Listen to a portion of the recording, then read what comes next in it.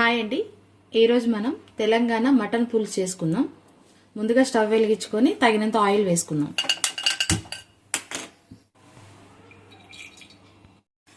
Oil heat అయిన తర్వాత జాజికాయ ఒక చిన్న ముక్క వేస్తున్నా అండి. స్టార్ పువ్వు ఒకటి, ఇది వచ్చేసి సోంపు. ఫ్లేవర్ బాగుంటుంది మటన్కి. మటన్ మంచిగా ఉడకడానికి కూడా హెల్ప్ అవుతుంది జాజికాయ.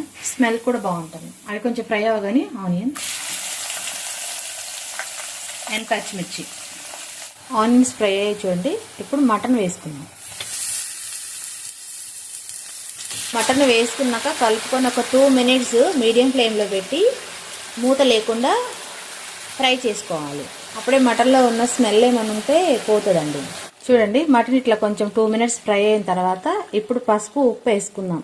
ముందు ఎందుకు ఉప్పు వేయలేదంటే మనం సాల్ట్ వేయగానే వాటర్ వస్తుంది కదా, అప్పుడు ముక్క ఫ్రై అవ్వదు మంచిగా, కొంచెం వాసన వచ్చినట్టు అనిపిస్తుంది. అందుకే మనం 2 minutes మూత లేకుండా ఫ్రై చేసి అప్పుడు మనం పసుపు ఉప్పు వేసుకుంటే మంచిగా ఉంటుంది.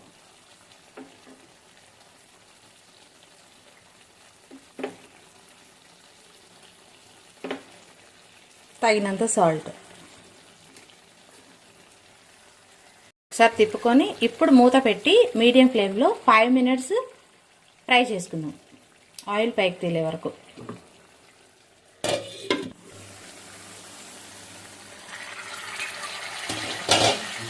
చూడండి, ఇలా ఆయిల్ పైకి తేలాక తగినంత అల్లం వేసుకుందాం.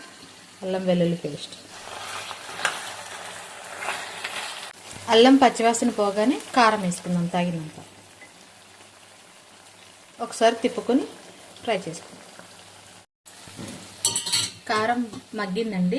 కారం వాసన పోయేదాకా ఉంచేసి నేను కావాలి పులుసు కాబట్టి నేను వాటర్ వేసుకుంటున్నాను. నేను ఒక 30 లీటర్ వాటర్ పోసుకుంటున్నాను. ఎప్పుడైనా సరే చన్నీళ్ళు పోయొద్దండి, వేడి నీళ్ళే పోయాలి.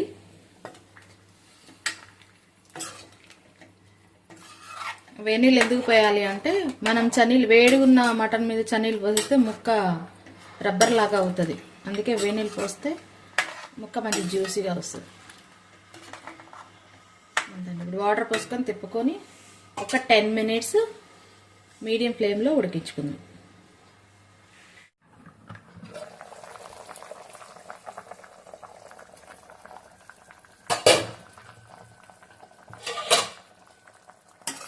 చూడండి, ఆల్మోస్ట్ కుక్ అయిపోయింది. ఈ స్టేజ్లో మనం మసాలా వేసుకుందాం.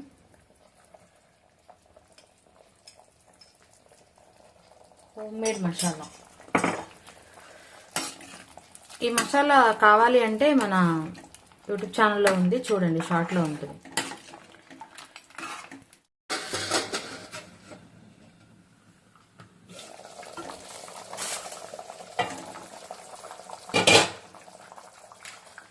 మసాలా వేసి ఒక 2 minutes ఉడికించామండి. ఆయిల్ ఇలా పైకి దిగుతుంది. ఇప్పుడు కొత్తిమీర వేద్దాం.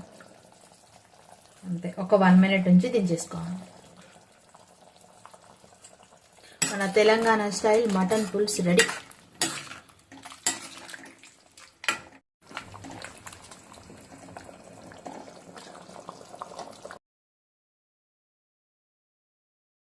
మన తెలంగాణ నల్లి బొక్క, దీన్ని మూలక బొక్క అని కూడా అంటారు.